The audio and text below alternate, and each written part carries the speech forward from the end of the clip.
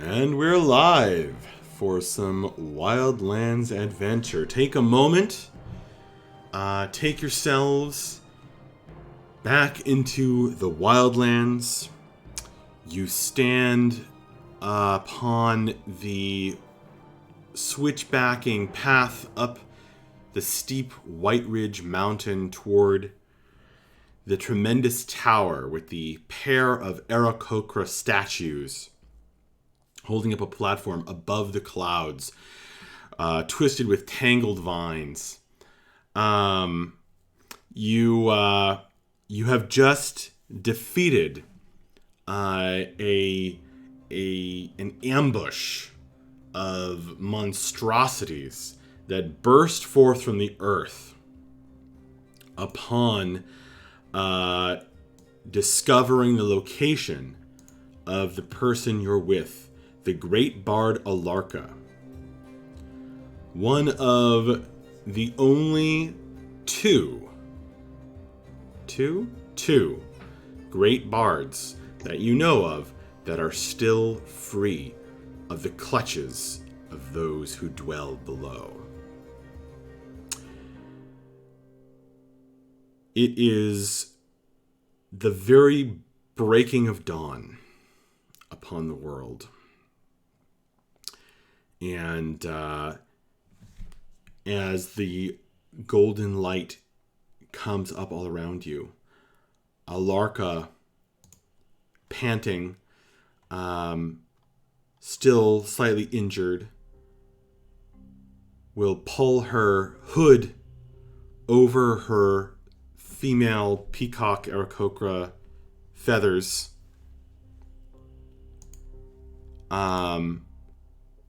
and offer healing magic to any one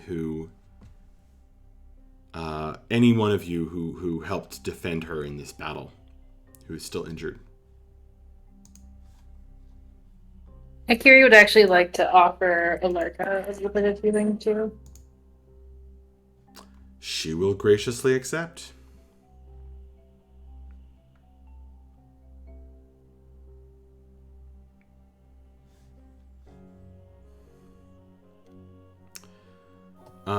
No, you have not rested.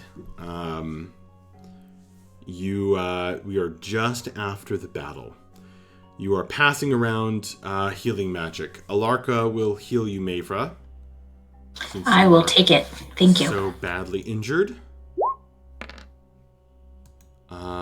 She will provide you with 8 points of healing. Thank you.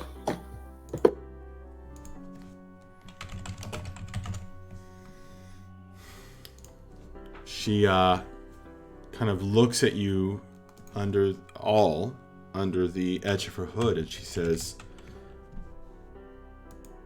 "What are your immediate plans, wanderers?" That's to Alarka. Oh. Thank you. And Akiri's gonna sit down and heal herself. I bought this pack of bird people at the start of this campaign 4 years ago, so that M could play a pigeon person, and I would have a token for it. And I knew that we would have the sword wings and stuff, so I've been saving this model of Alarka all this time.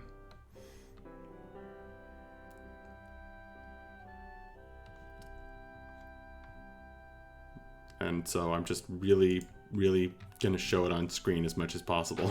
So pleased with myself.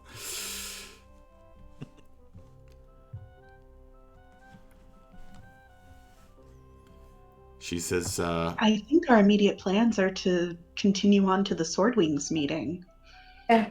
Although I'm increasingly uncertain of what to expect there. She says, "Indeed, but there is much to prepare for.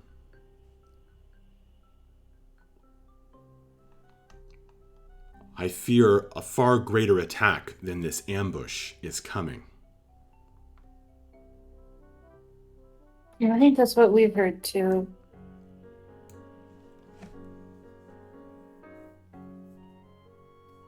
Seems like a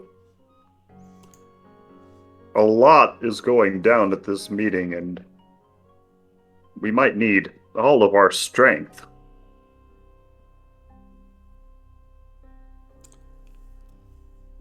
She says, I may have magic that can help you with that. Or at least I can heal your wounds or clear any lingering ill health you may have. But unless it is the pink chill or some other cursed disease.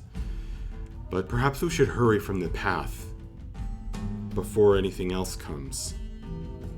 I agree. I mean, honestly, it's kind of amazing that you've caught us at a moment when none of us are cursed. Akira's actually gonna giggle at that softly.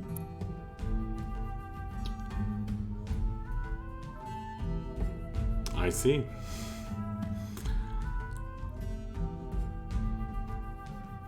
Well, come along then.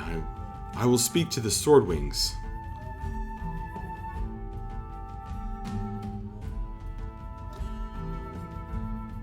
Akira's gonna nod and say, "We'll follow behind you, or I can follow you." She folds her wings and she says, I fly as little as possible so as to call less attention. It was unfortunate that I read the stars without meaning to just now before the sun was up.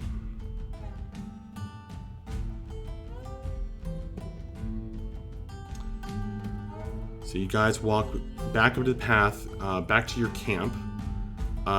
You're probably going to want to pick up your gear and take down your tents. Once you gather all that, Alarka will wait for you, and then once you've gathered all that together, you can proceed onward. And if you would like to come up to the base of the statues that form Whiteridge Tower,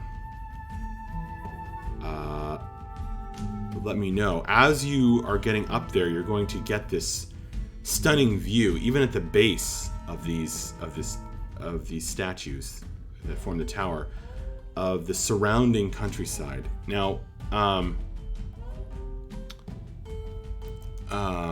it's I want to tell the stream. I'm going to be switching some maps up here. And every time we switch maps, it's a roll of the dice with, on a roll of 12 or lower, the stream crashes. So we're going to see what happens.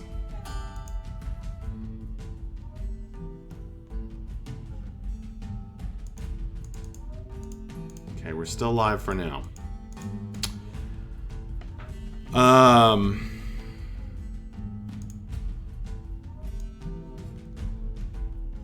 So as you climb up and look around, you're going to see even taller mountains up toward the north with snow-capped peaks.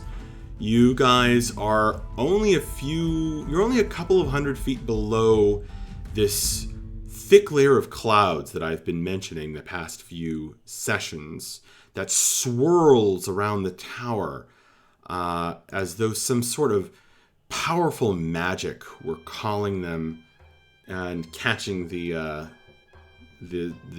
water vapor in the air.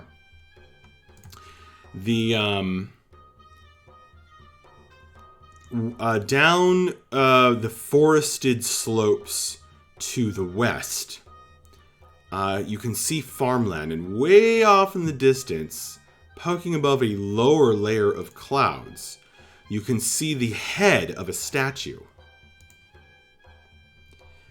Down and away to the southeast, where the deserty mountains that you're in give way to forested mountains again, you can see the ruins of a castle poking out of the tree. It's some distance away, but it's a large castle. And of course, to the south, you can see the path that you took to get here, and the great glow of the mountain of never-ending sun, and the tree of eternal moonlight that sets its glow upon it.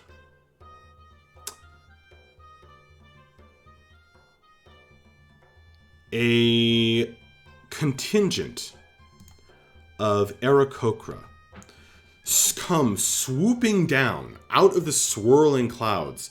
They are going to... the more observant among you, if you have a passive perception of 14 or higher, you will notice that even these expert flyers kind of struggle as they pass through these swirling clouds. There's some kind of very localized high winds that are moving these clouds right around just below the wings of these incredibly tall statues that you are standing at the base of. These Aarakocra wear the distinctive blades upon their wings of the sword wings. And these winged knights swoop down, give a circle around you where you stand amongst the bushes and rocks. The path, there is still something of a path here, but it's not that much used because most of the people who come here can fly. They swirl around you where you are standing, swoop around you and land, and their leader steps forward, and he says, "I am Otho, and Sir Otho, sometimes called the Rude. And who might you be?"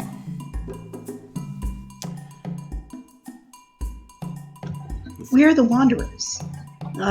We have come to deliver a message to the Assembly of the Swordwings. Was it you who disturbed the resting place of old heroes the other night?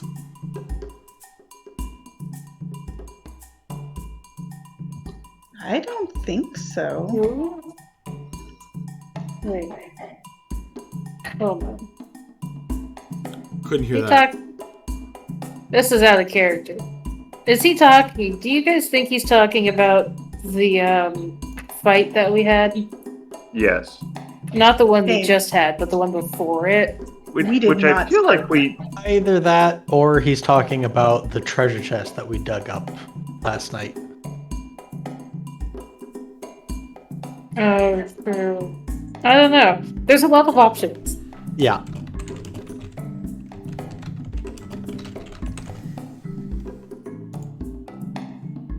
So I don't know. Either way, we didn't Are do we? Yeah, right. It's like I don't know. There's a bit of a sigh, and Alarka steps forward. She pulls up her hood a little bit, and she says, "I am Alarka. I have come to speak with your leader, Deisio, and to prepare for events great and terrible. Please grant these landwalkers access for the meeting."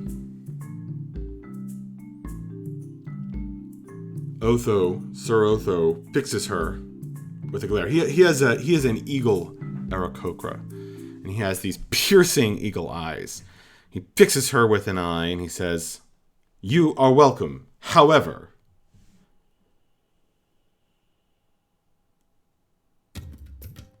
it is with a certain caution, as you are hunted He looks at Akiri. So glad you brought this child with you. Here, he looks a little miffed at that. All this way to this meeting that was supposed to be secret.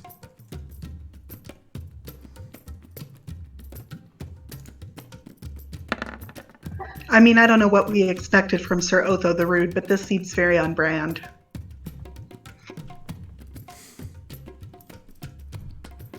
There's a awkward pause, and the eagle turns his head as if he heard something. He snaps his beak and says, "Come. The secret stairway awaits." And he takes off, and flying low over the ground, he guides you guys and his sort of contingent of knights. Guide you guys to this hidden stairway, which honestly, it's hidden under, and so you watch as he flies into a rock, and you realize that it's an illusion, a permanent illusion at the base of the tower. And when you pass through the rock, you find him and his knights waiting there. And in it's sort of this secluded sort of cave, this alcove in the statue. And he looks at you all again. And he says, "This secret way must not be revealed to outsiders." And he reaches into his bag and he produces blindfolds.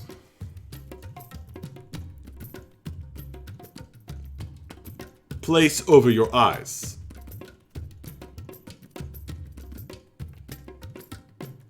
By all Vapos, means, we mean Vapos will only just step forward. respect. Vapos does what? Yeah, Vapos will step forward and will accept a blindfold and put it on securely. Okay. Does anybody do anything hinky with this, or do you all just place the blindfold over your own eyes? Mayra just places it over her eyes. Yeah, same. Yeah, I'll just wear it. Otho does Yep, not. give nothing one to fishy. Walker. I'm just saying nothing fishy. Okay. Well, you're going to be lifted up. Each of you is going to feel a pair of hands or talons on each shoulder, under each arm. And you're going to be lifted up, and you can't quite tell what direction you're going. But after a short flight, flapping of wings, you're going to be placed, you're going to find yourselves placed on some stone stairs. And your blindfolds will be removed. And you are about halfway up these statues in this hidden staircase, these narrow stone stairs that wind their way among the arms and wing carvings of these statues. Up, up, up, up, up. And Sir Otho is not going to be very patient with you as you climb up these stairs. But he's going to keep flying. He and his knights are going to keep flying back to sort of make sure it's very, very steep.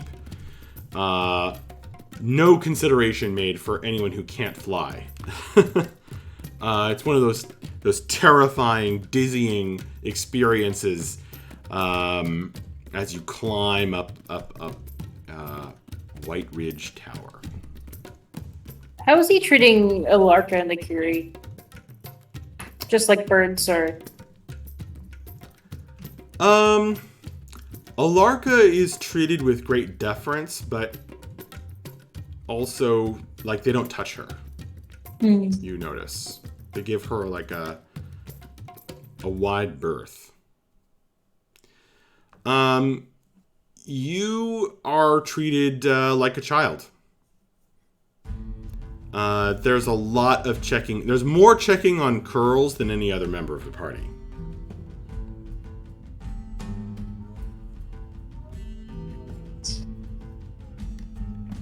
Lovely. Um, All right, just wondering. And about how long does this take? it's quite a climb, actually. That's going to take a good hour. Yeah, about 20 minutes, about 40 minutes in is the point that Akiri gets visibly frustrated that they keep checking on her. Mm-hmm. By that time, she's been checked on like 4 times. And, He's you know, about to start pulling feathers out. you have a, I mean, other, you know, not counting Vapos, you have a much easier time than any other member of the party walking up these stairs, because they're really more meant to be climbed like with the aid of wings. And you guys are actually going to be buffeted as by these winds, and you're you're going to watch as the knights have to they're sort of somersaulted over by these winds that are suddenly whistling by at around a little over 100 feet up, just under the spread stone wings of these statues that form the tower. And the steps that you're climbing up, you're gonna find it's quite damp up here, actually. Like there's from the clouds, and you're gonna find that there's greenery. It's kind of a different.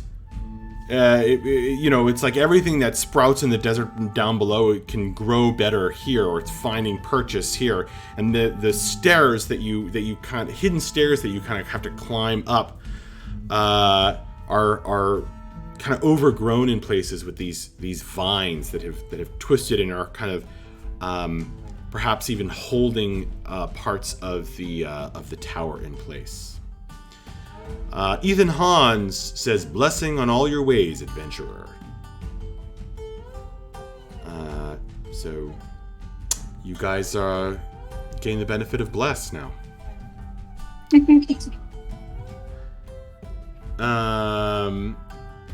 The final way up onto the top is kind of a struggle. There's like this overhang.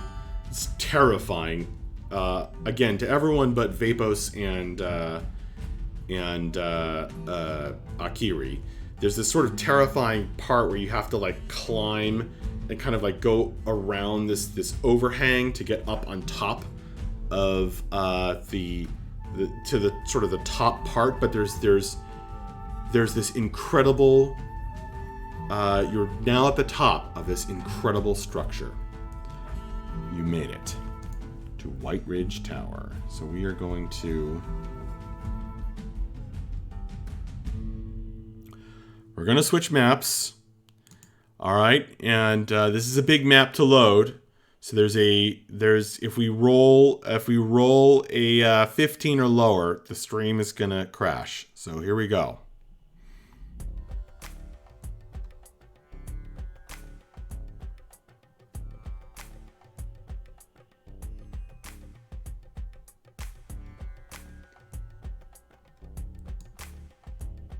Wait, I want to make sure that it's working right.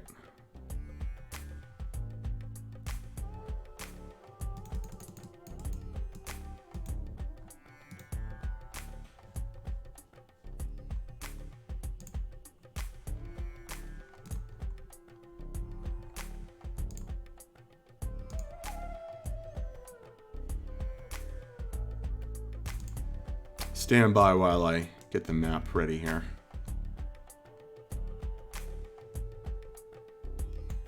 Here we go. Okay, all right. Let's see.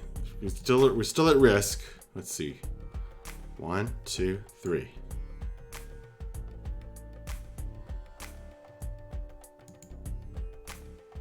Pretty cool. Oh, awesome. And there you have it. So, That's beautiful, Alex. yeah, this map by the Chipeku Patreon.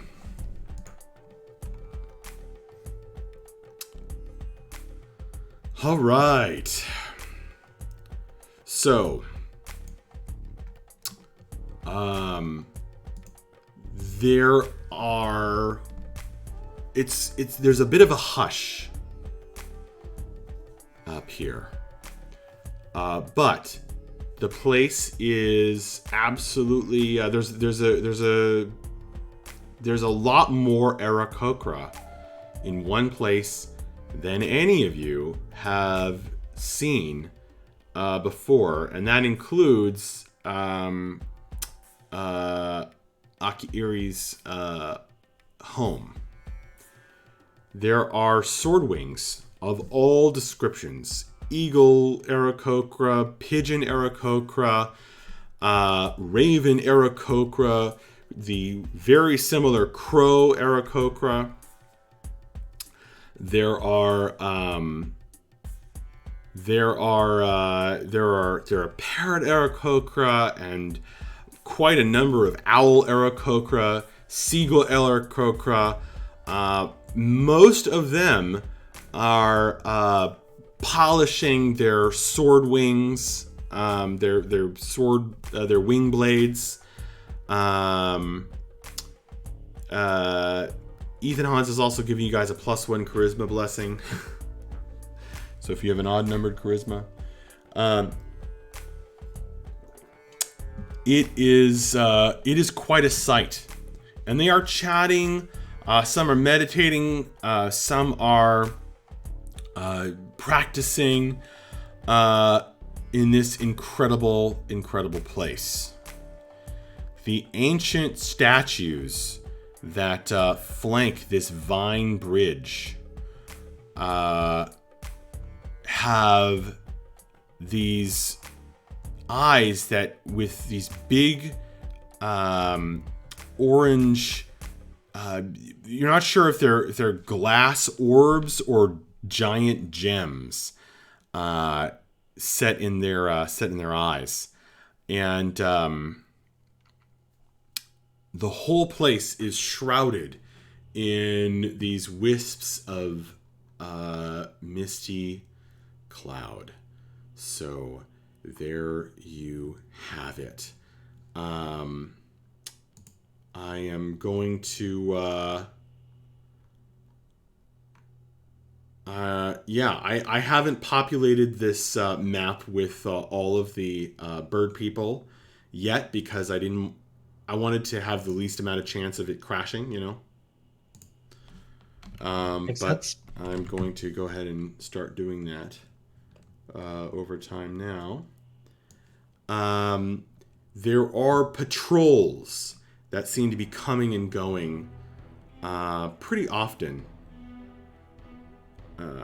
from time to time.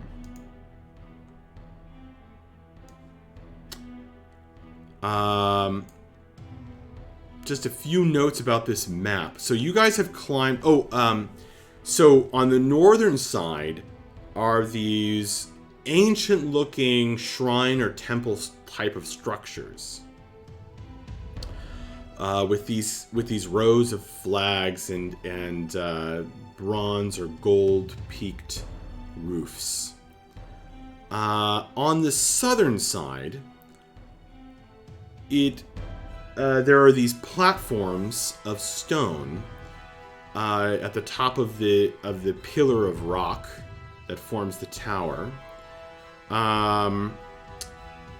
lined with these kind of shrine, these kind of spirit house lanterns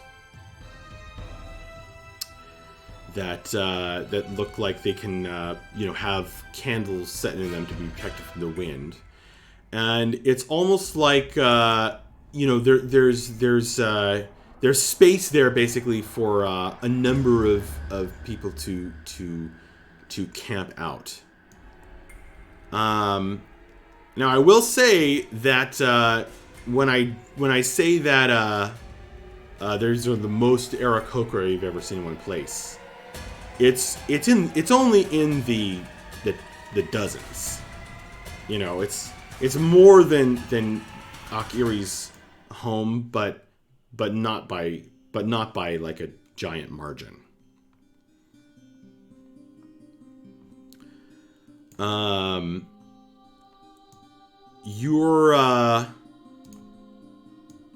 Your arrival will be noticed by several of the knights, and some of them will come over and talk to Otho quietly, and take note. And Alarka in particular will spark some notice, as well as Akiri. Whoever has a perception, a passive perception of 15 or higher, will notice or overhear her curly feathers sparking quite a bit of conversation.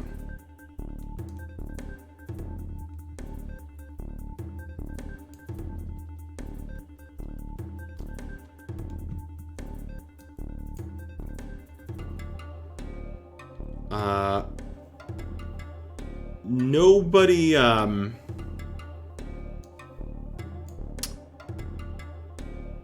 amongst the various crowded folk,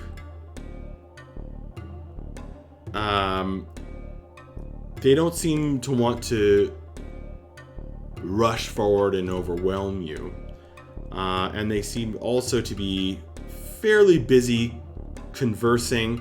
Of course, the meeting isn't for a little while, isn't for a couple of days. So it looks like they are mostly exchanging. You'll notice them exchanging. You'll overhear them exchanging conversation about the various quests that they've been on, and a couple of them are going to be pulling out musical instruments and lutes and plucking at them, although they tend to go out of tune a bit in the humid air here. Any questions?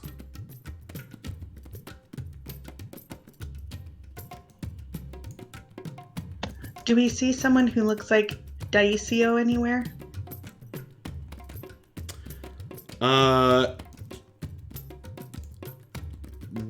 When you say there's no one who's with that name tag, if that's what you're asking, I mean, how like what are you looking for exactly? No, there's nobody who looks like Daisio exactly, but you don't know what Daisio looks like. I mean, he's in charge of everybody, so I would assume that there would be a certain amount of. Yeah, it looks like there are a number of different knights who look like they might be in charge. If you are kind of standing around for a few minutes in silence, someone will approach you. Okay. If nobody's really sure what to do, I think Vapos will just kind of lean over to ask Akiri. I'm sorry if this is a bit rude, but I couldn't help but overhear that several of them seem to be talking about the curliness of your feathers. Is that something that's unusual for Aarakocra? He's gonna like blink and go, "Oh, yeah, it's a little strange. I mean, it's pretty rare, especially outside of like where we were originally bred. Yeah, they're pretty rare." She's gonna kind of look a little uncomfy and scoot a smidge closer to Vapos.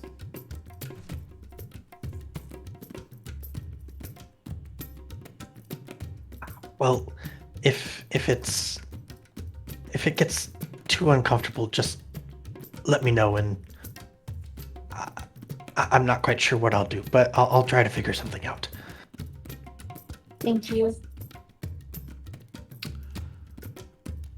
Emerging from the smaller sort of temple structure to the left comes a brilliantly colored,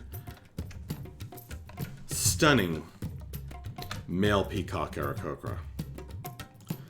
And zeroing in on Alarka, he flies over. Oh no, so sorry to hear it, Ethan Hans. Get well soon. Struck down by the evil wizard Covidius 19. Feel better. Yeah. This male Aarakocra will fly over to where you guys are, which is actually up here. I should put you on the map.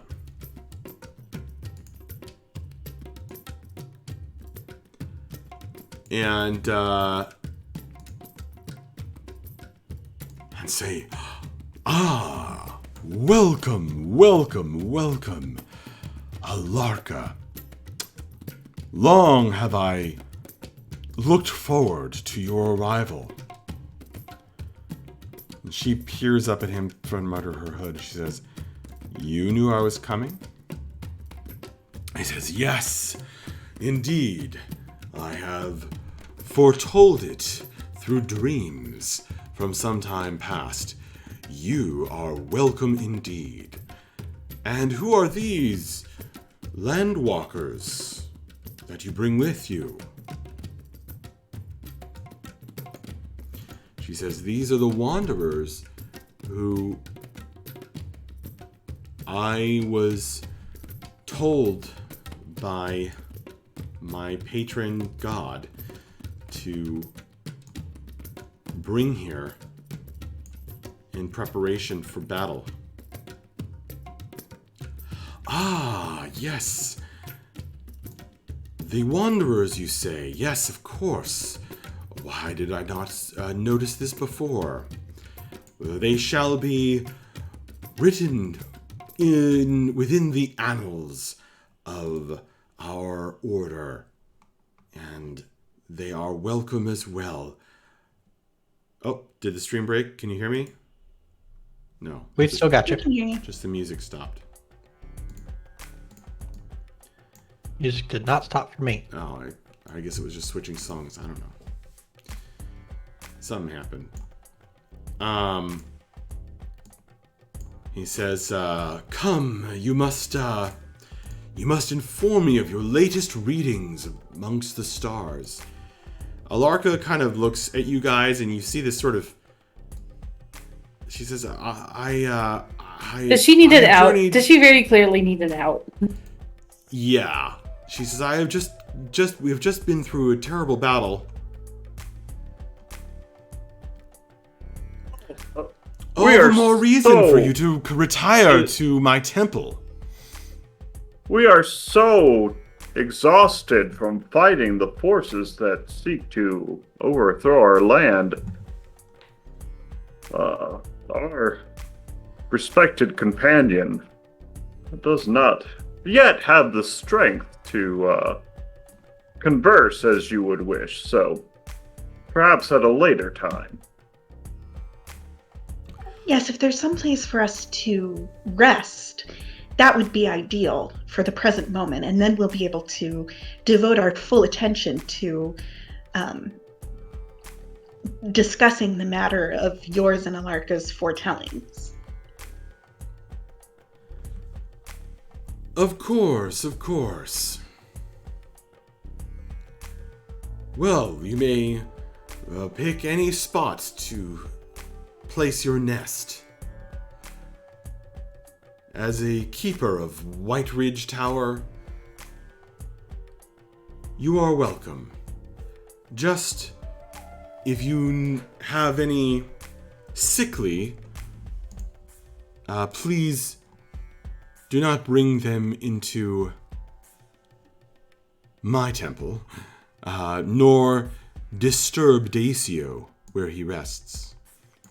And the male peacock Aarakocra will spread his wings and fly off. He says, "Excuse me, I must speak."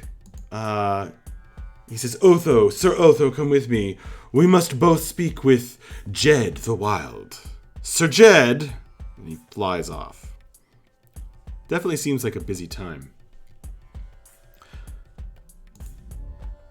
And Alarka looks at you guys and she says, "Does that mean he wasn't Dacio?" I guess not. I don't know who he is. Look, as far as I'm concerned, if nobody will tell us specifically where we're not allowed to go, then that means we can go anywhere.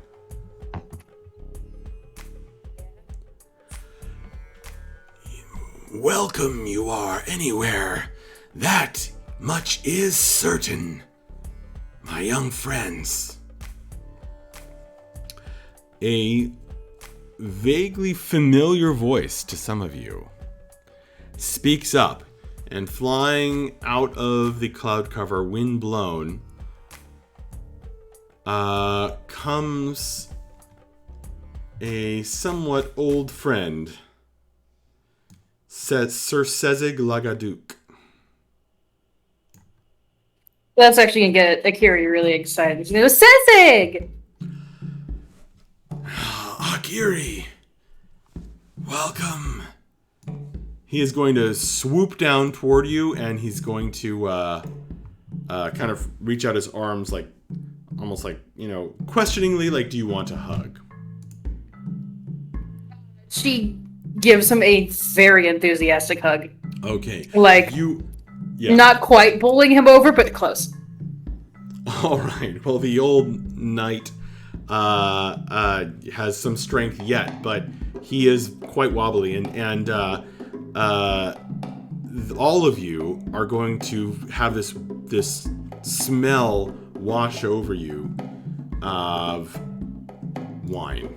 He just smells like wine, and it absolutely it's almost choking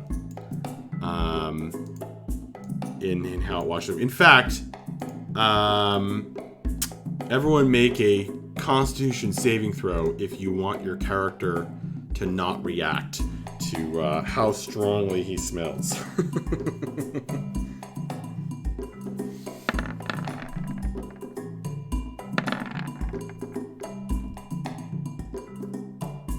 Very nice. Now look, no judgment from Brett. I would also accept a perform check, actually, but I think everybody made the save. Except Akiri. Because she's like right up in it. She's right up in his face. She's right she's up like, in oh. his face. Yeah, she would have like disadvantage.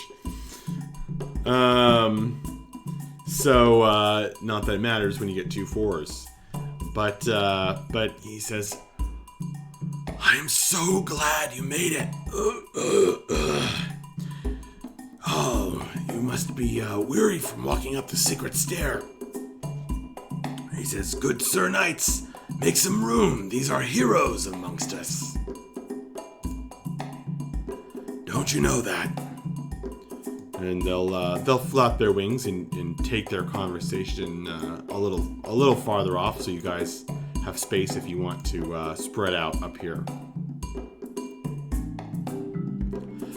And he says, "So you're really following up on your dream to become a swordwing, girls?" Something of that sort, I guess. "Have you learned to drink yet?" And he slaps you on the back.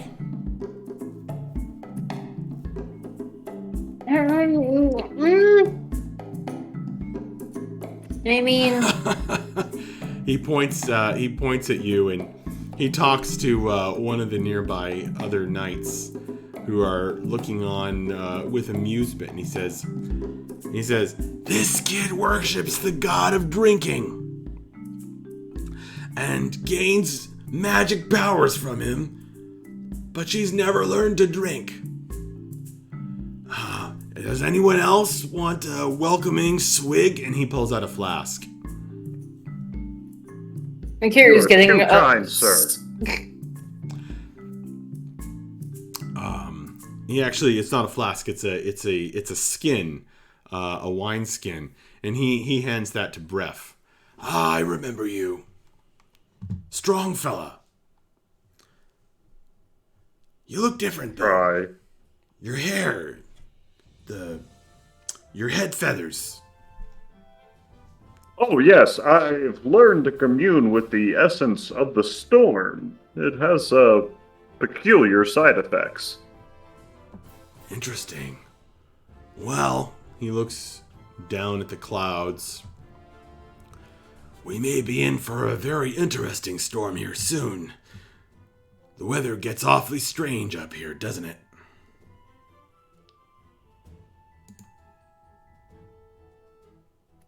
Oh yeah. Says it. How is your sword hunt been going? He hangs his head a little. I never found the sword, so my quest is yet incomplete. But I got very, very close. I just had to make it back here to Whiteridge Tower for the meeting. But I know where it is. Really? Aye. It's in a temple to the northeast. Some sort of ancient vampire ruin. Wait, we've heard stuff about vampires too, haven't we? Yes, Vapos is definitely going to perk up at the mention of that temple. And he'll just say, forgive me for intruding on your conversation. But we've heard some tell about that temple. We have reason to believe that it may also have something to do with those that dwell below. At that, a couple of other Swordwing knights prick up their heads and flap over. Excuse me for interrupting. I am Sir Gwarin the Bold. This is Sir Neil. And Madame Gale, the Jackal. Speak you of those who dwell below.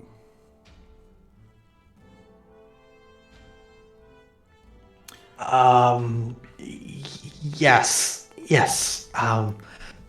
We've been working to combat their efforts for some time now, and our friend here just mentioned a temple that we've heard had some, or they have some influence over. Indeed. We have heard reports, whispers of these powerful enemies, these beings who are of the earth. Myself, I suspect they may be servants of the scorched earth.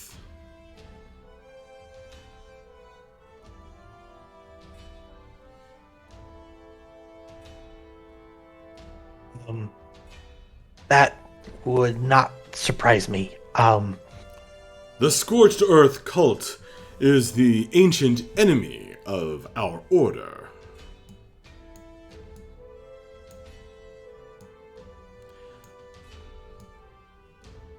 I see. Madame Gale, the Jackal, kind of laughs. Yes, we'll have to be on the lookout. Anything you can add to the knowledge we have, Watery Man, would be helpful.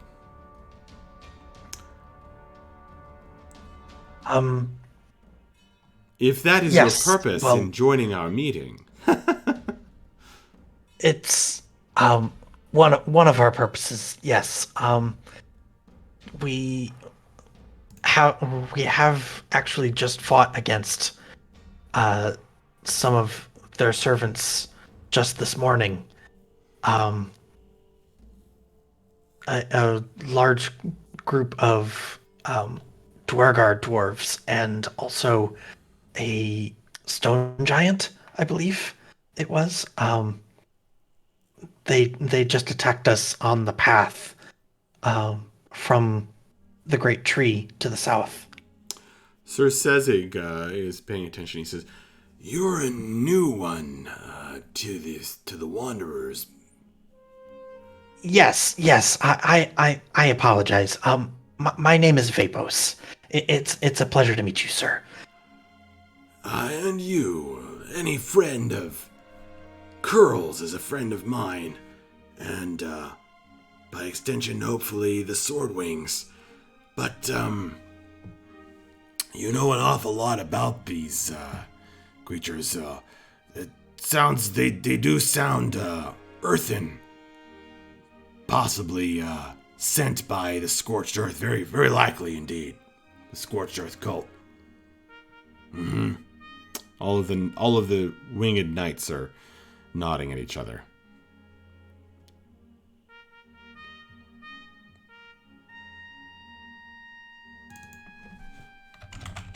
So, do you know what these forces are after? What their end goal is? Only our great leader, Deisio, knows. They all kind of glance reverently toward the large temple structure.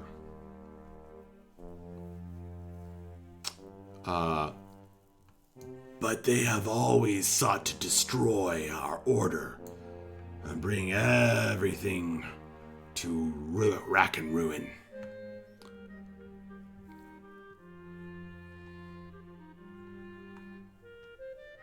Yeah, that sounds about right based on what we've experienced with them. And I don't mean to offend, but they're big jerks.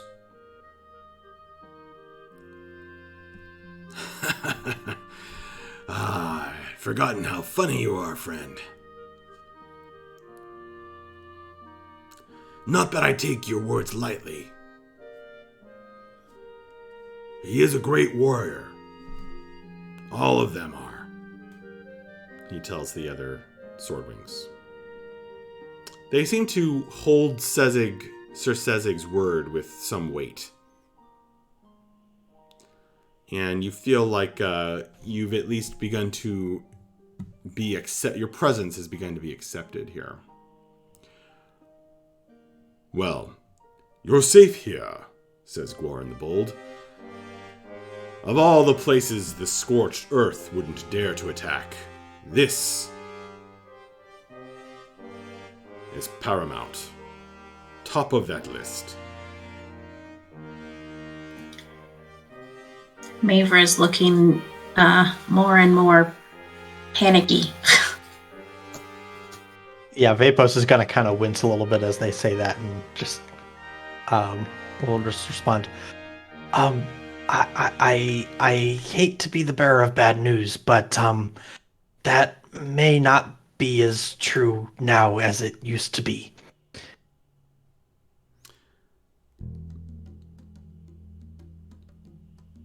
They'll pause and look at you.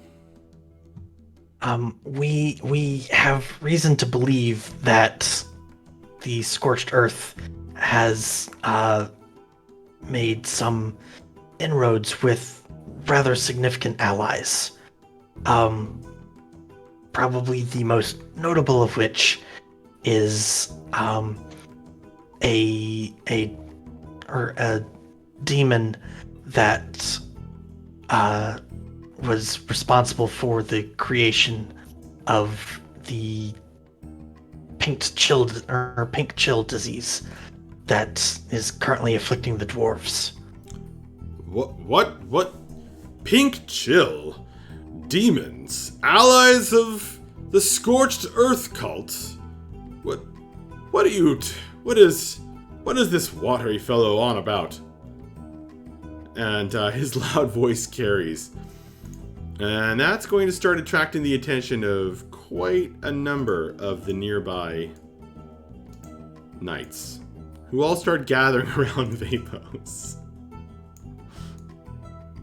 Yeah, as Vapos starts getting more and more crowded, he just starts talking even more and more quietly. Yes, so I presume that you're all aware of the disease, the pink chill. Well, we've come across some information that suggests that it's not a it's not a natural disease, and it was created by a demon, and anyways, what care we for these landwalker diseases? Says somebody. Well, hang on a minute. Well, it should be our concern, says somebody else, and it's going to start being a debate. Mavra's gonna put her hand on Vapos and just whisper, maybe not here. Right. Yeah. Okay. I'll just follow your lead. Yeah, I think I may have gone a bit too far here. You need to give this report directly to a chronicler like myself, says the male peacock Aarakocra. He says, we shall take your testimony down properly, or please, otherwise you are simply disturbing us. You are here at the behest of one whom the Order respects greatly, Alarka. And she pokes her beak out and she says, I have not had all dreams myself. But before I had to stop reading the stars for my own safety, I was told, I read in the stars that the Wanderers were to be our saviors. They should be listened to if we are to have a chance at what is coming. Well, what is coming? We must converse. There are many quests many details of many quests that must be attended to, and this is growing extremely disruptive. Sir Knights, disperse. And they seem like a lot of them want to hear more about what Vapos has to say, but as he quiets down, and at the urging of the more senior members, they're going to kind of fly off, but they are keeping eyes and ears out for you. Just wanting to know more. Some of them seem very concerned. Some of them are questioning why there are landwalkers here. Sezig Lagaduk is he was actually talking that whole time, but you couldn't hear him because he can't raise his voice above, like, this level is really about the loudest I can talk. In character, he says that. That's actually pretty funny. And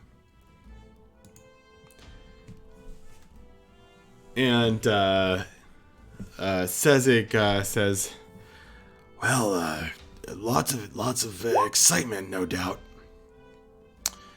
Mavra, good night, Danielle. Mavra just sits down and is like, I need to rest, right? in character.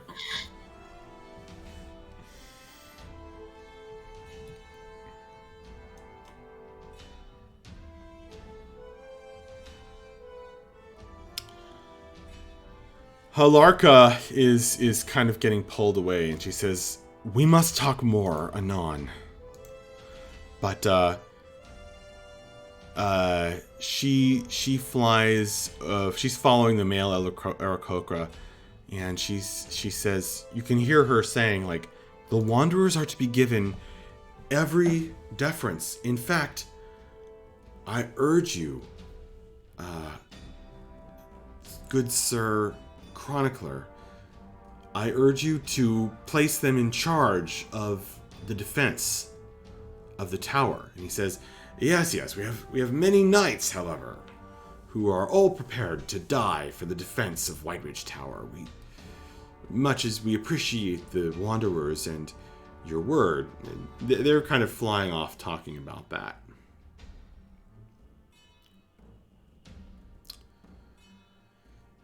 Sezig says, well, I know it's the morning, but do you want another drink? As much as I normally would, I feel like we may need to keep our wits about us.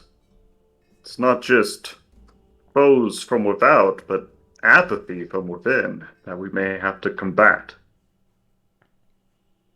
He nods. Yes, who is this chronicler?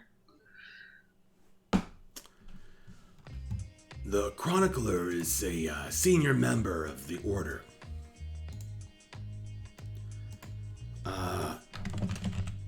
Not a bad fellow, really. But, if you ask me, his head's a bit full of old parchment and ink.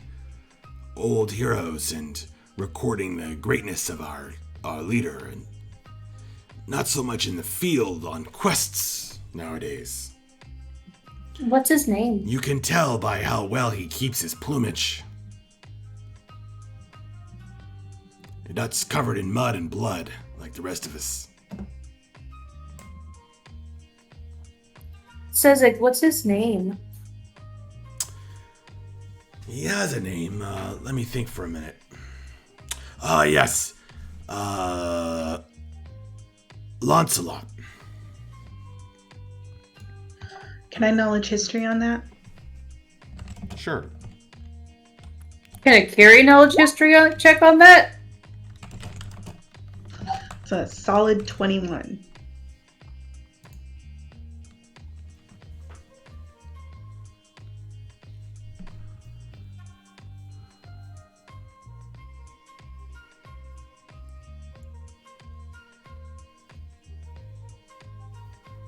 You've heard of the Chronicler.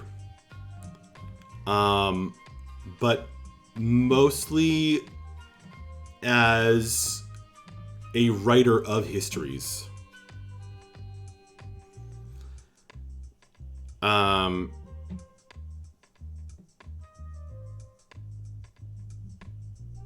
It's a position within the order. This guy is the latest one.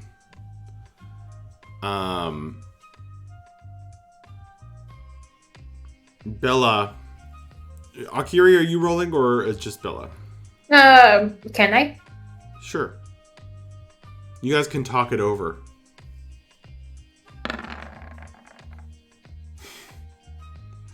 Akiri hasn't heard shit. Akiri is like, she would skip, she was a big reader of these things, but it's the author of old Swordwing stories is always listed as the Chronicler. Well, yeah, she's not interested in him. She's Right. interested in the stories. Exactly. So Bella, you know that technically the Chronicler is the second in command and would become the new leader of the Swordwings if the leader were to die. At least that's how it's supposed to work. But you've also never heard of Dacio, dying. In the hundreds of years that the Swordwings have existed.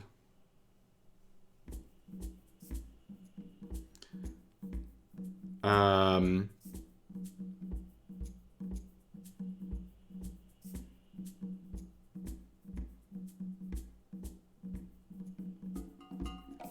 yeah, I mean the chronicler is someone who, just as Sezek says, does not go out into the field on quests, but kind of, does all the work of keeping track of what quests all the knights are on, like what's going on, kind of like giving them their gear. One of the most important things the chronicler does is grant wing blades to new sword wings. And all basically, it's the scribe, the COO of the Knightly Order.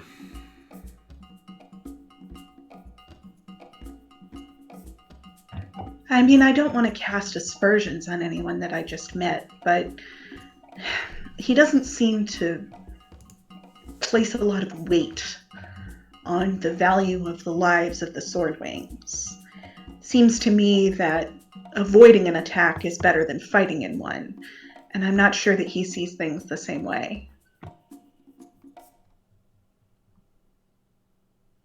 He mentioned the willingness of the knights to die, but I'd prefer no one have to die except the soulless husks that stand against us. Well, that's it precisely.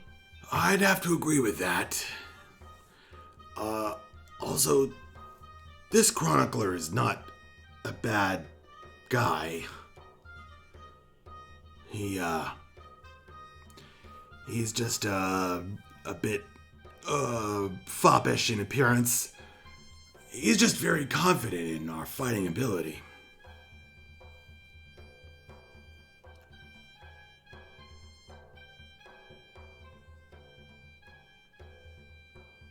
And I don't want to imply that I'm not confident in the Swordwing's fighting ability.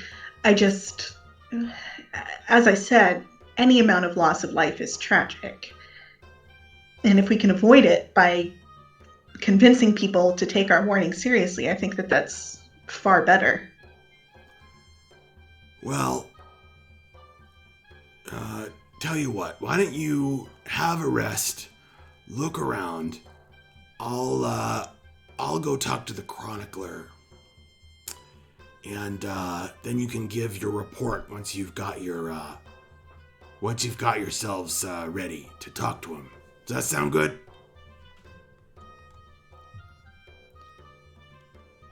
Sounds fine to me. I bet after he talks to Alarka, she seemed really worried as well. He'll probably be more willing to listen to you.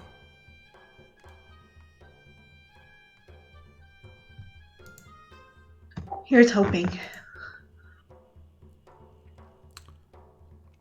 Tell you what, why don't you come over to the temple around lunchtime? All right, that'll give us enough time to get ourselves together.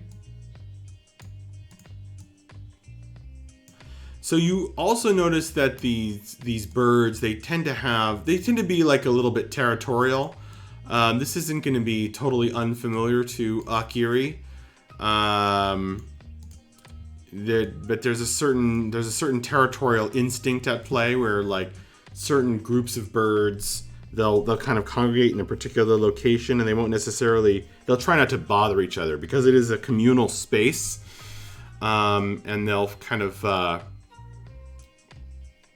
try to set boundaries to give each other a bit of breathing room.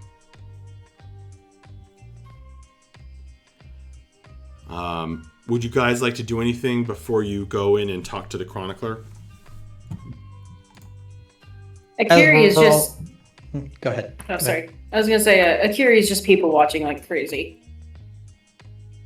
Her eyes are just like dinner plate size, and she's staring. Trying not to stare, but definitely staring. As she just watches everyone.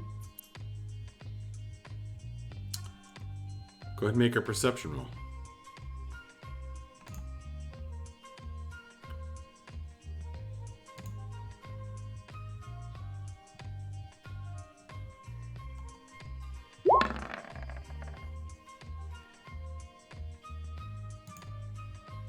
Got an 11.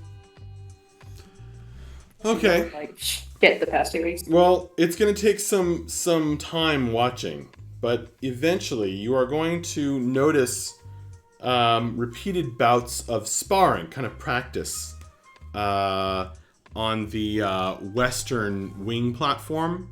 It's going to be a series of sparring partners, and you start to realize that there are a couple of new sword wings to be inducted, most likely soon.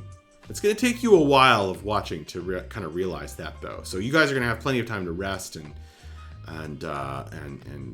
recover from the fight, etc. Corey, were you saying something? Yeah, go ahead. sorry. Yeah. Go ahead, Em. Em was going to add something. I was gonna say once she realizes it, I think she's gonna turn everyone else and be like, "I'll be right back, guys," and then she's gonna go off and like kind of watch them from a distance, and do a really bad job of pretending she isn't watching, but like she's fascinated. Okay. Well, there's a male owl and two female seagull type Aarakocra who are going to test out their moves against one of the senior knights, who is going to give them little tips and quiet encouragement. Well, not so much encouragement, but it's one of those. With your wisdom, you would be able to tell, like, you know, it's kind of encouraging to get advice from an expert who shows respect to the youngsters, but they'll actually be able to figure out what he's talking about.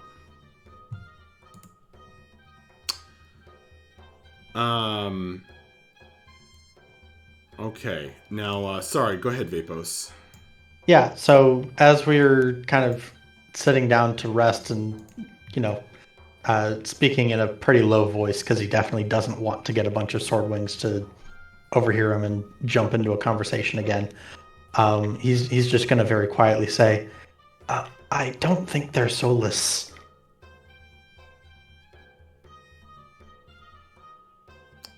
To breath.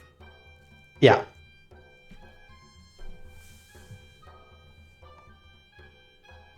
What do you mean? I mean, I think that they were, or still are in some ways, just people. Same way that I was when I was first taken in. They may be twisted, they may have been warped in some way, but I think they're not just constructs, they're not just vessels. I think they're people.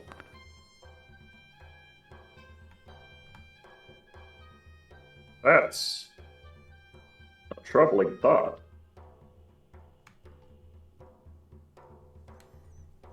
I mean, I'm a person, and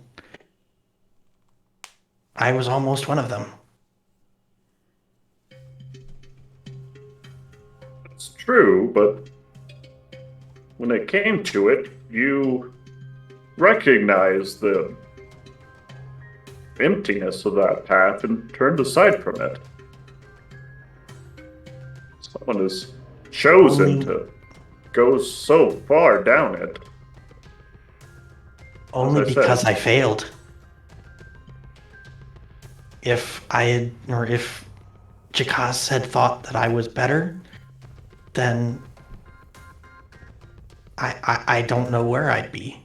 But I only learned just how awful it was after I left. Because I didn't know anything else.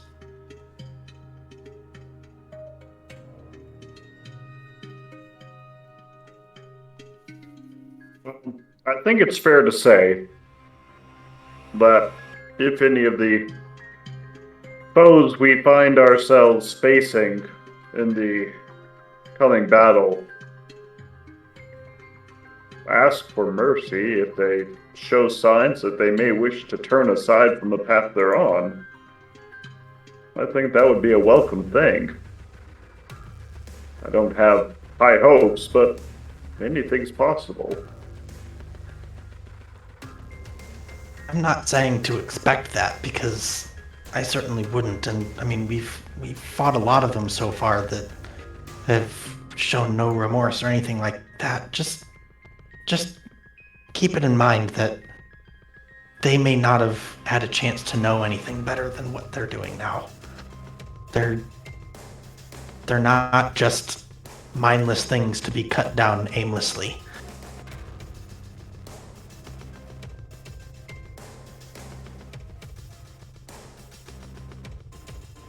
That's all. No, it's a good word. It's a hard word, but it's a good word.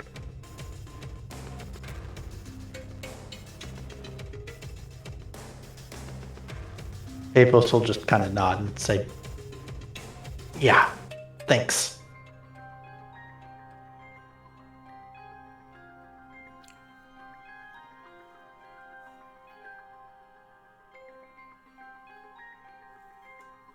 Bella, Yo. as this conversation is happening between your companions,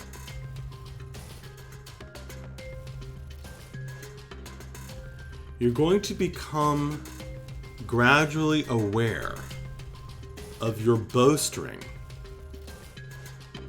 vibrating in time with the cadence of their conversation, of their words.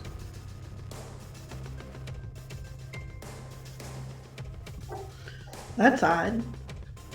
I'll pull out my bow and I'll say, Vidani, do you have something you want to say?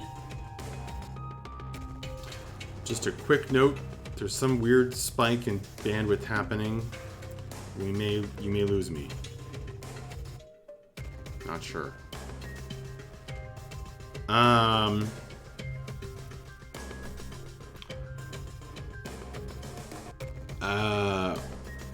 As if recently awakened from a deep slumber, the voice in the bow says, "Something is happening.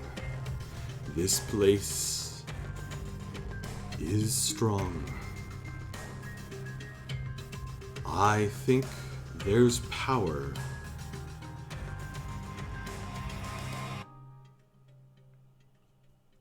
in the friends you are among."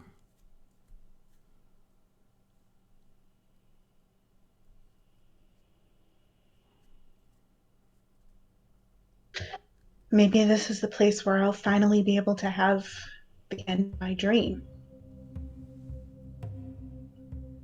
With everything that entails. I wonder if they would let me sleep in the temple.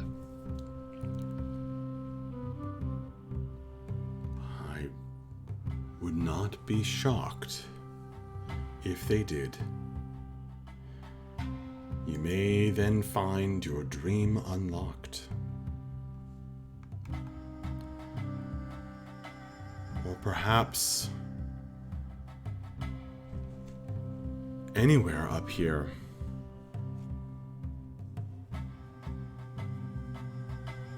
May do the trick.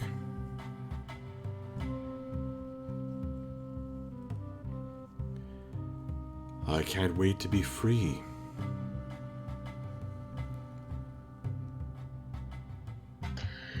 It'll happen. The Muses basically confirmed it at this point. So whatever it takes, we'll make sure it happens. And then great bards together will be.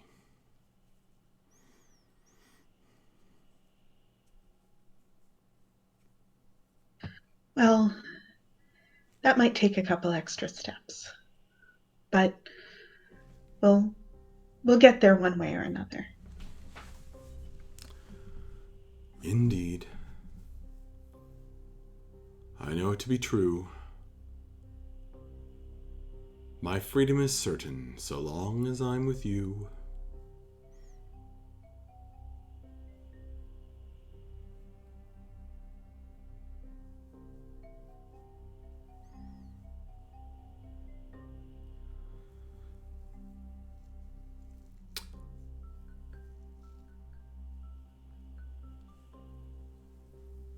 But take heed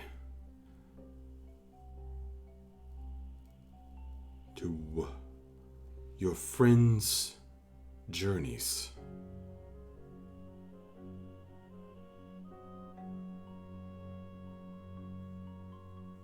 There's power there, and I think you're learning. Okay.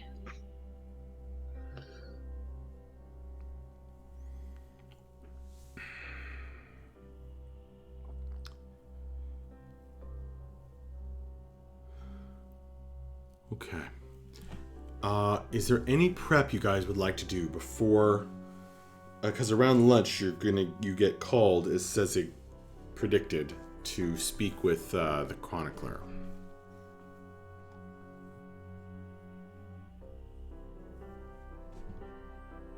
Carrie doesn't want to do anything.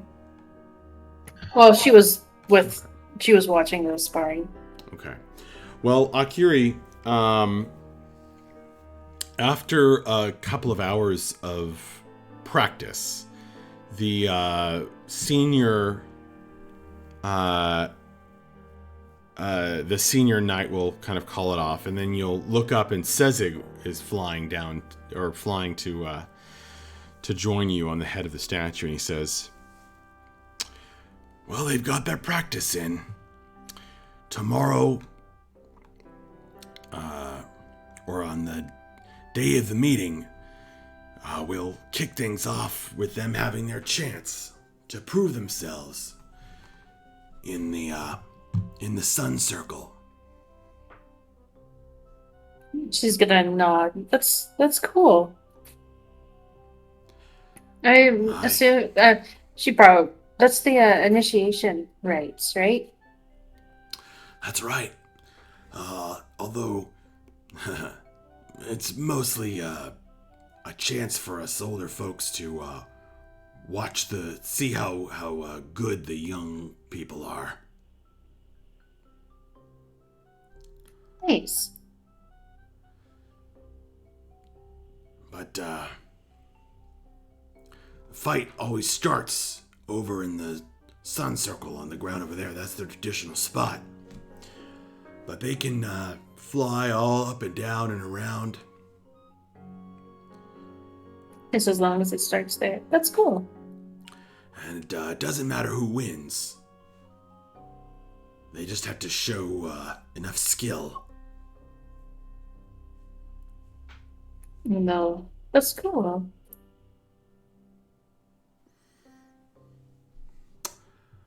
So maybe that'll be you soon, huh?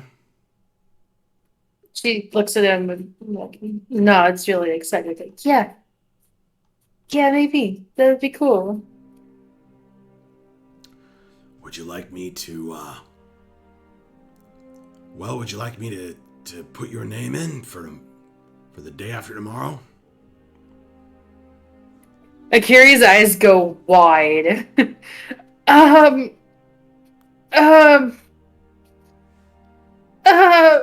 don't. Not me. She doesn't know. She doesn't know. I'll take that as a He turns her into a stuttering, spluttering mess. maybe not quite ready yet, huh? Maybe next year. Yeah. Let's right. just get through the next little while, maybe first. And we'll think about that. Sure thing. He claps you on the shoulder. You sure I can't press a sip upon you? Calm your nerves. Akiri is looking at that flask or that wineskin of his, and honestly, she doesn't trust it. Maybe another time. All right. Well, let's gather up your friends. I think the Chronicler will see you now. Alrighty. So you guys are invited to go and stand in front of the Western Temple up there. And there were a few guards around and about looking on, but they're not, really there to guard because all of the knights are pretty well trusted. But they are there to kind of make sure that some of the more riderly pursuits of those within and the meditation of Deisio is protected. And as you guys approach this spot, you're going to notice this flickering light of fire coming from within the larger temple, the central temple structure there. There's this golden, orange, and red fiery light coming from within it. And those of you who cast arcane spells, you feel the electricity in the air of strong magic emanating from there. Those of you who cast divine magic feel this powerful divine glow dancing among the flickering flames. Those of you with ki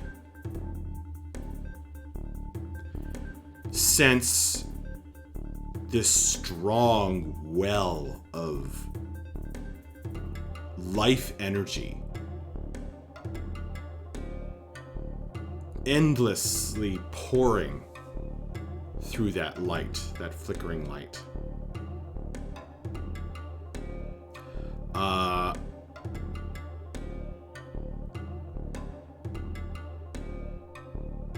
And Bref and Mavra.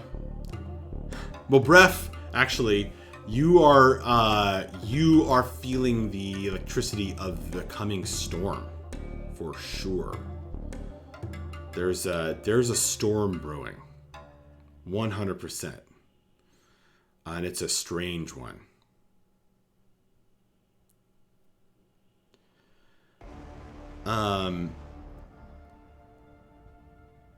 Mavra, actually, Mavra will feel something too.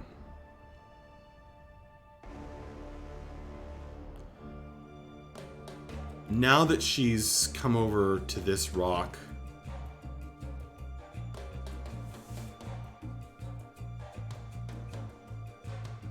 Mavra can't quite put her finger on it, but Jeremy, if you wouldn't mind making a note for Mavra will figure it out by the start of next session, what she's sensing.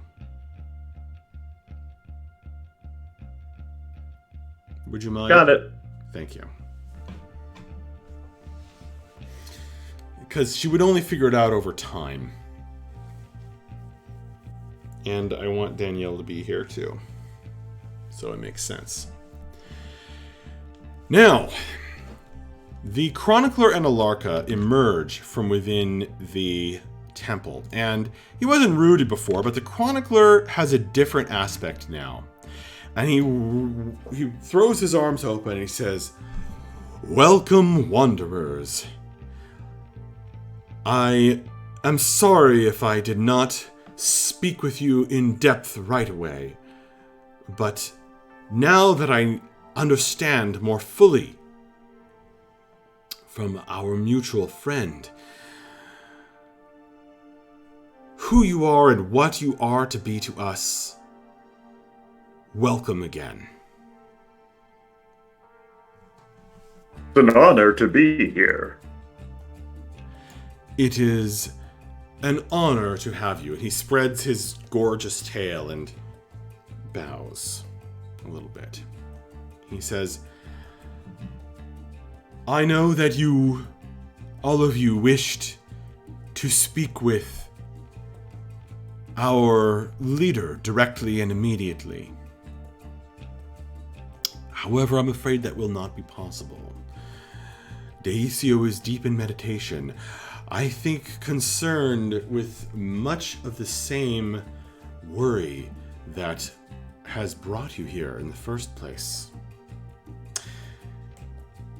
Please, if you do not mind, make your report to me and I will listen. I shall record everything you have to say, and we can take steps accordingly. I do an insight check really quick. I just want to see how he feels about Daisio and the way he's talking about him with him being in meditation and stuff. Okay, good. Glad I'm not the only one who doesn't trust him. Okay. Juicio. All right, anyone who wants to make an insight check, you can. Akiri really, really, really does. Okay.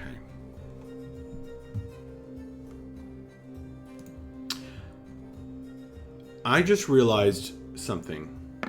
Bella, you made a history check on Lancelot, not the Chronicler, didn't you? That's correct. I misinterpreted what you had said at the time. I see. gave you information on the Chronicler, the position, but I didn't tell you a thing about Lancelot. Did I? Not really, no. Okay. I'm going to give it to you now, because you got a crap insight roll. Oh my god, Akiri! She knows that free thing! Oh. What is her theme song? Or what would it be if we could play it on stream? Ride of the Valkyries. Ride of the Valkyries. That's so funny. Because that's so not how I think of her. But that music is... but it's really funny. That music is playing right now.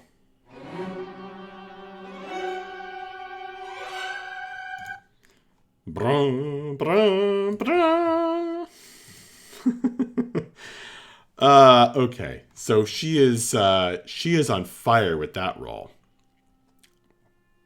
So Bella, we'll say that with your insight roll, you didn't get a lot of read on this guy, but you have read about this guy. Okay. So, and you did get a 21. So, which I do remember. So, Lancelot the Champion was a swordwing who was all set to make a name for himself. He was a flashy peacock Aarakocra, a master of the wing blade, and accomplished some daring feats. You believe that he struck down a lieutenant, a major cult leader of the Scarred Earth cult.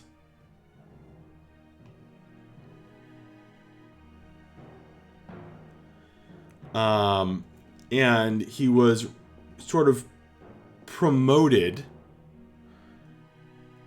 by Deisio, and it was a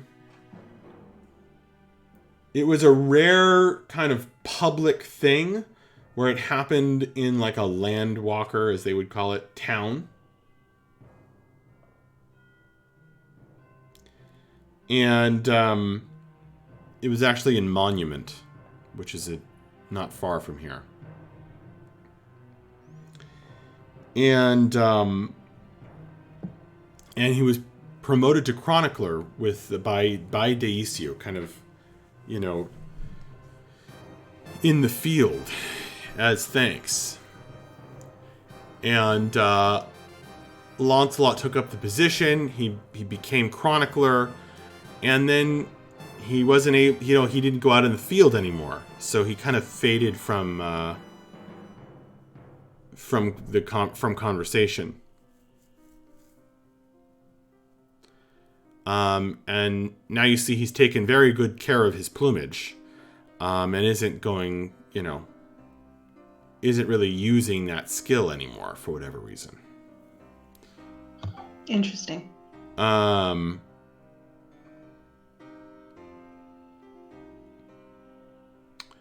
Okay. Vapos, you can see he speaks, and he kind of glances at the large temple and speaks of Deisio with great reverence. Very protective of the leader, as you can tell. Okay.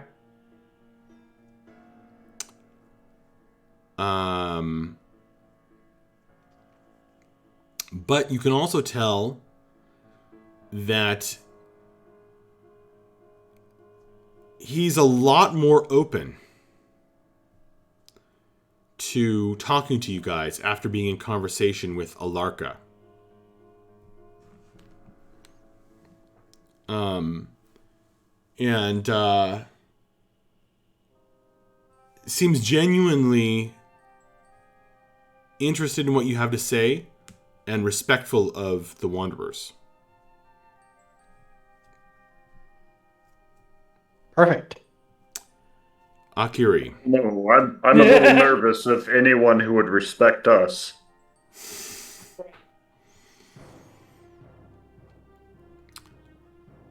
Akiri, you got a natural 20 for a 25.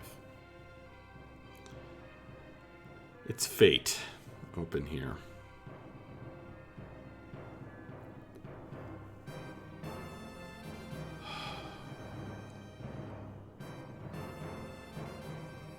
Akira, you're super tuned in to the body language, the tone of voice, the flicker in his eyes as he glances at the large temple.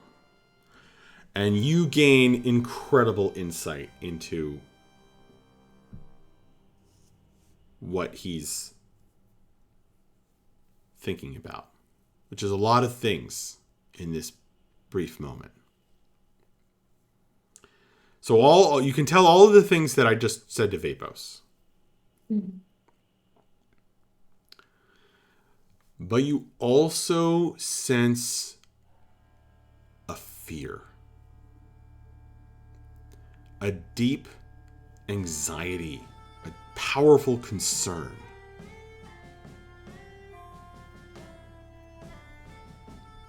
For Deisio. And not just for Deisio, but of Deisio. As though Lancelot the Champion is quietly, privately, secretly. You see it in the flicker in his eyes and the way that he spreads his peacock tail. He's deeply concerned about what Deisio might do.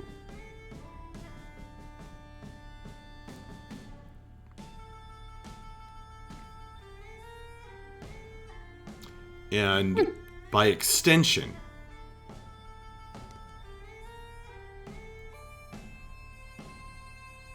you sense that the chronicler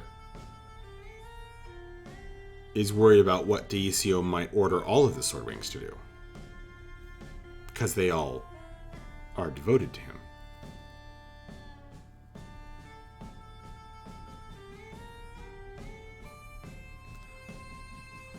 Honestly, you're not entirely sure whether this is like your own insight, but it's almost like divinely inspired, right? It's like you feel this in your bones, in your hollow bird bones.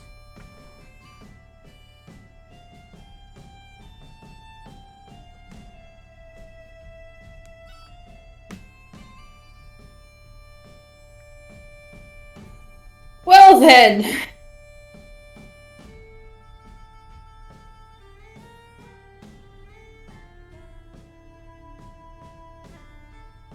Akiri is going to give Lancelot kind of a half startled, kind of sideways look as that kind of like hits her.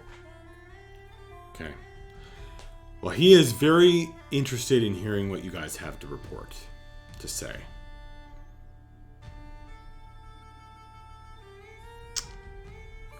So you've already spoken a bit about the coming attack.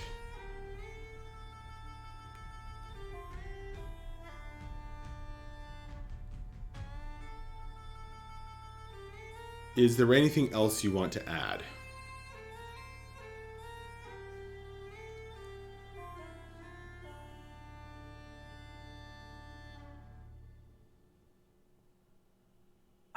I think Vapos would pull out the transcriptions that we made of the notes from the assassins way back when.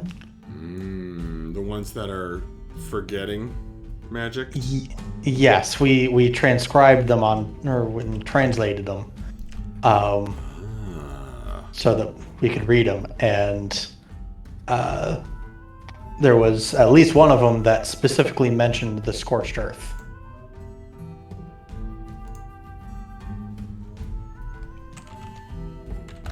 But it had some names that we didn't quite recognize. Okay. Do you have those in your notes? I do. The most relevant one here says, "It would not do to anger those whom we wish to be our subtle left hands in the forthcoming Eternal Empire.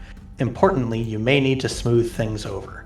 When you speak with Srenchevi, warn him that the Flaming One will not attack the Scorched Earth members.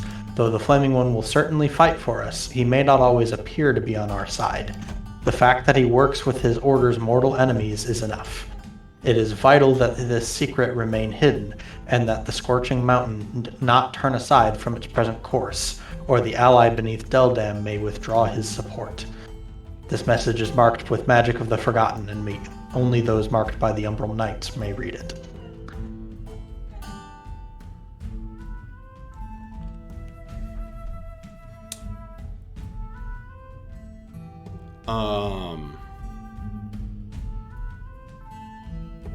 Okay, so do you hand them to him to read? Or do you read them out loud? The transcription, yes, I will give to him. What you just read to me, you give to him? Yeah. Okay. And I'll explain where we got them from, the assassins that were sent by the Whispering One. The Chronicler's eyes widen. I must copy this into the reports. Here, take a look, Alarka. She looks very concerned as well. You can see the shock and surprise and worry that comes over the Chronicler, and he says, "I thank you for bringing this proof and this information. We must prepare. This This is deeply, deeply worrying. Perhaps we can fly out and strike them where they will not expect it. And you can tell all of that, Bella, with your insight check, and Vapos with your insight check. Akiri, with your insight into this guy, everything I just said, but times 10. His hands are shaking. He reads this message and freaks out.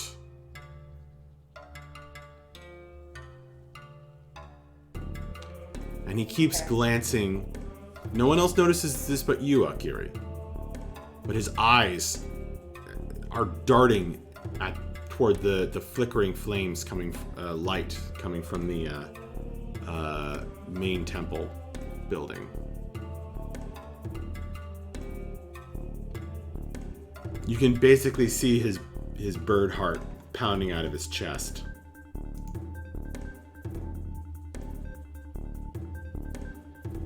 He's going to reach out to put a hand on his forearm and say, is everything okay? I know this is really serious, but it will everything's okay, right? It will be. Sir Sezik. Yeah, what is it? Would you mind? Tell... He checks the note again. Tell Gwarin the Bold. And Jed. Sir Jed, Madam Jed the Wild. And Madam Gale the Jackal. Triple the patrols. We have reason to believe from these reports that an attack may be imminent. And we want to see it before it arrives. He glances at you guys. Would you agree with this? Yeah. It's a good start. Well, I think everyone was hoping for a bit more rest, but, yes, sir. Alarka, Wanderers. You can see as he flies off, he's kind of surreptitiously taking another sip to calm his nerves. Sezik, I mean. And yeah, this is going to cause a flurry of activity amongst the knights. They're going to spread their wings and they're going to start taking flight and swooping below the swirling cloud layer. And it's going to get a lot more empty up here as they start sending out 3 patrols instead of 1 at a time. Is there anything else you wish to report, brave landwalkers, wanderers?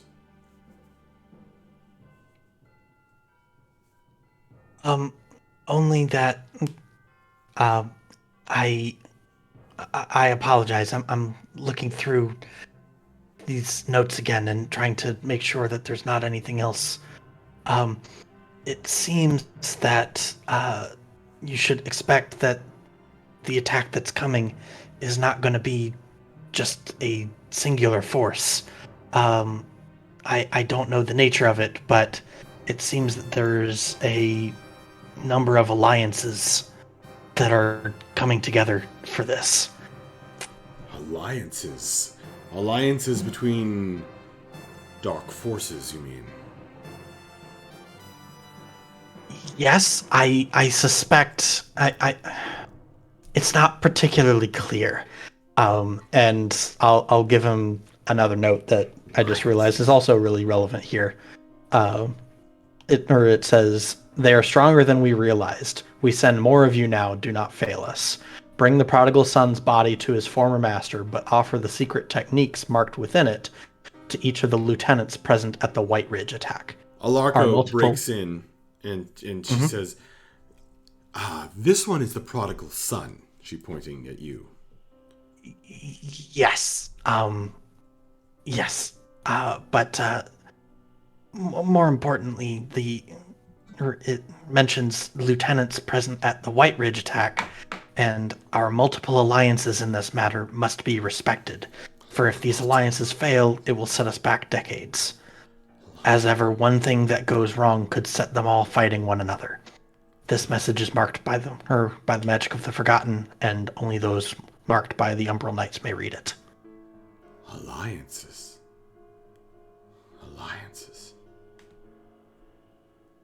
Akiri he's almost, Akiri, you notice he's almost deliberately not looking at the flickering flame light as he almost swallows that word. Alliances.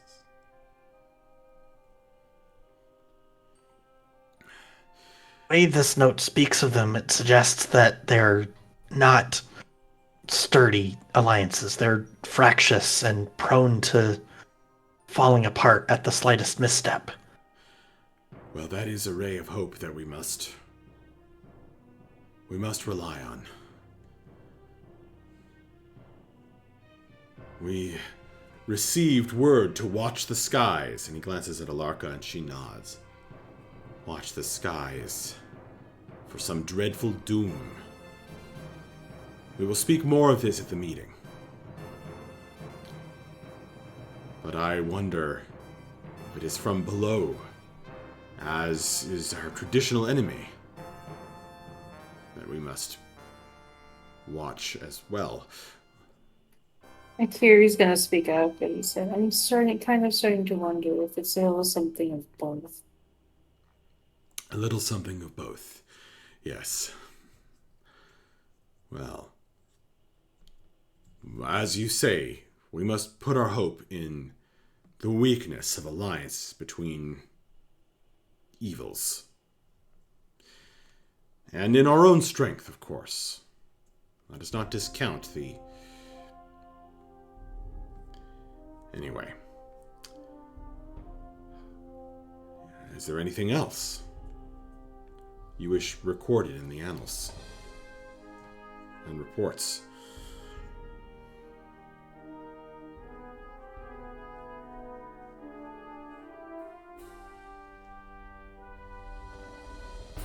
I think that's all from my end. I will say, as Alarka said, I am the prodigal son mentioned in those notes, but I must confess I'm not entirely clear on what techniques the note refers to that are within my body.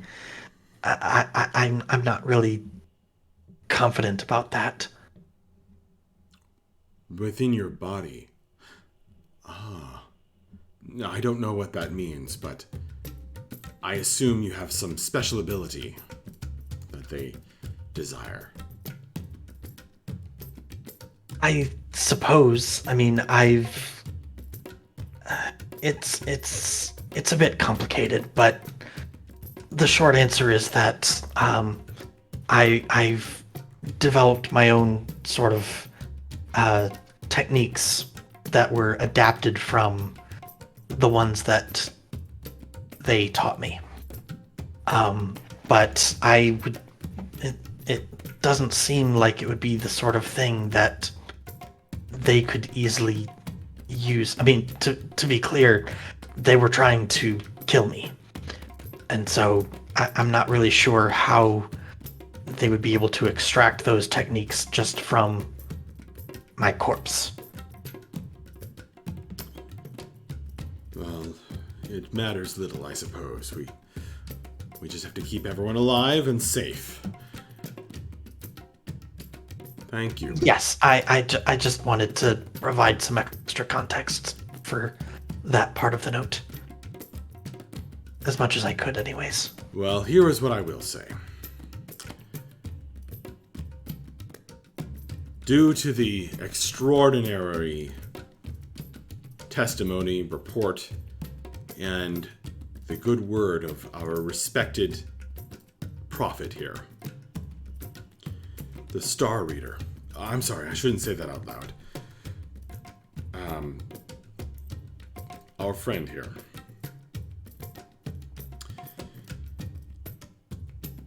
And given that I have just sent out triple patrols, I would not give you the order, but suggest that the Wanderers dedicate themselves to the defense of these hallowed stones. And though you are mostly not eligible for membership, perhaps we could arrange to make you honorary swordwings. Should we come through this terrible attack in one piece.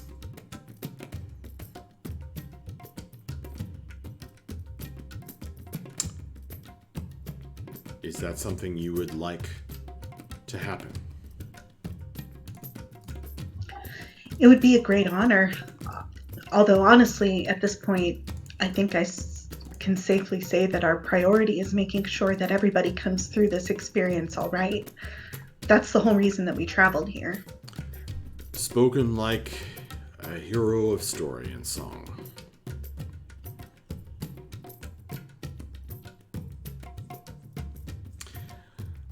I think I have one of your books. Mine?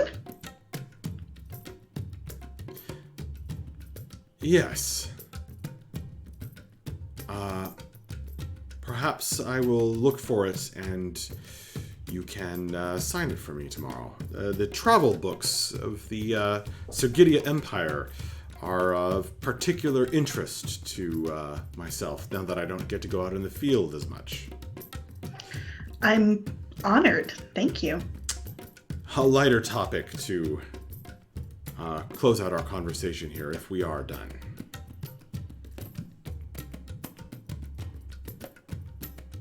I think so. Very well. Please make yourselves at home.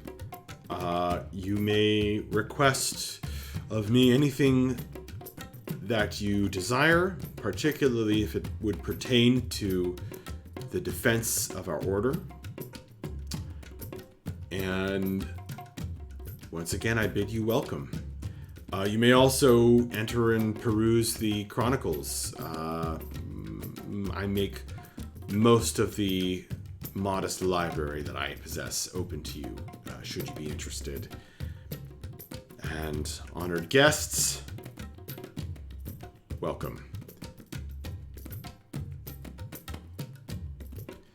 And he'll he'll roll up his scroll that he's been scribing in, give you another peacock bow, and return within.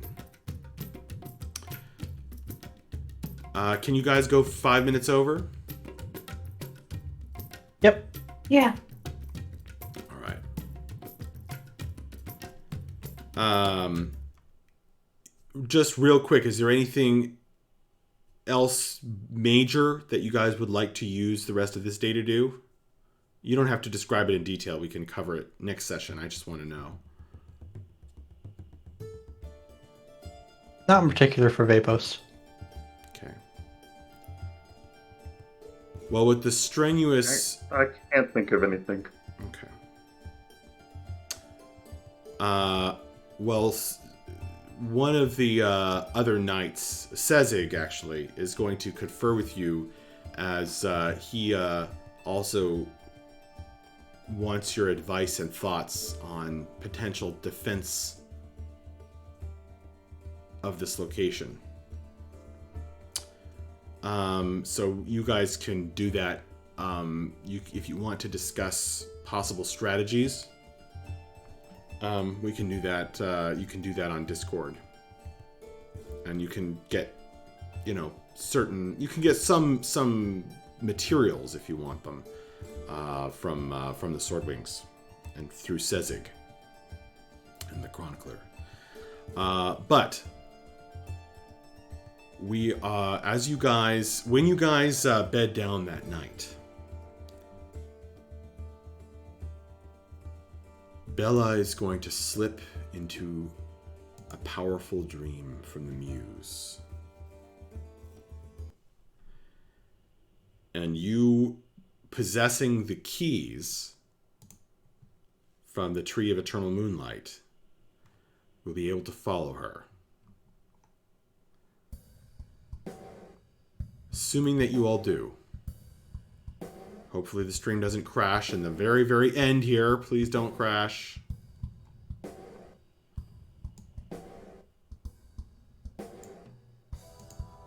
You're going to become aware, weeping in the glass, multicolored platform amongst the starry void. Turning your attention to the north, you're going to be aware of the Muse as she says, "All right, Jeremy, M, Kirsten, Corey, and Danielle when she's here again. Think carefully about what you do, because I have two other aspects of healing and of anger.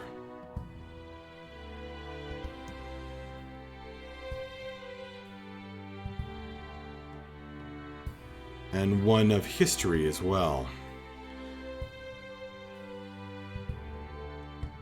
Just think carefully about your moves.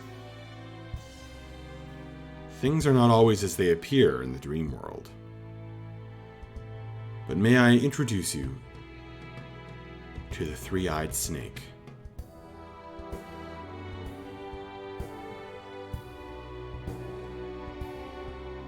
And that's where we're going to end tonight's session. With a friend!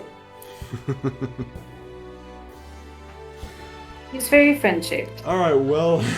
Next session is going to open with Akiri trying to do a handle animal check on the three-eyed snake. Bold of you to assume it's going to be Akiri doing that.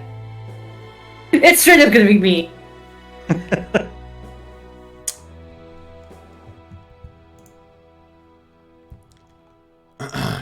And here, after the session is over, the Muse says, "Oh wait, one more thing, guys.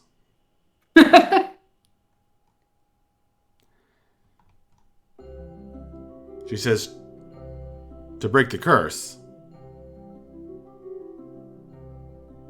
you're going to have to defeat or overcome several challenges.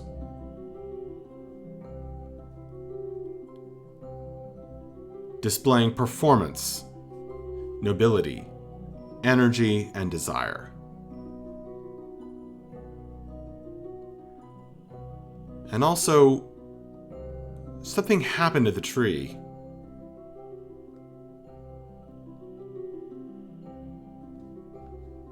Something got into my world. The enemy is here.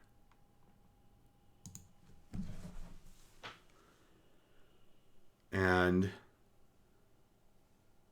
something Like, oh yeah, guys, guess what? I have a new friend. something He's a bastard, but I have a new friend. like a tentacle taps you on the shoulder. And that's where we're really ending tonight's session. Oh, crap. Fuck. All right, guys.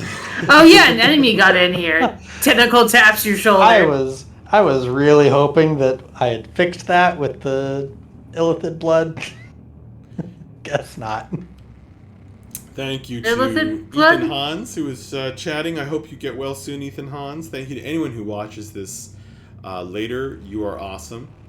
Thank you to Jeremy, player of Breath of Barbarian. Thank you to M, player of Akiri, the cleric. Thank you to Kirsten, player of Bella the Bard. Thank you to Corey, player of Vapos the Monk. And a big thank you to Danielle, player of Mavra the Fighter. You guys are awesome. Love you very much. Thank you for playing along with my false ending there for a second. And I'll see you next time. We are probably skipping next week because we're going to have 2 players at least missing, maybe more. So we're going to probably be skipping next week, and pick up the following week for potentially breaking the curse on the Great Bard of Song. So, guys, have a great night. And bye for now. Night. Good night, everybody.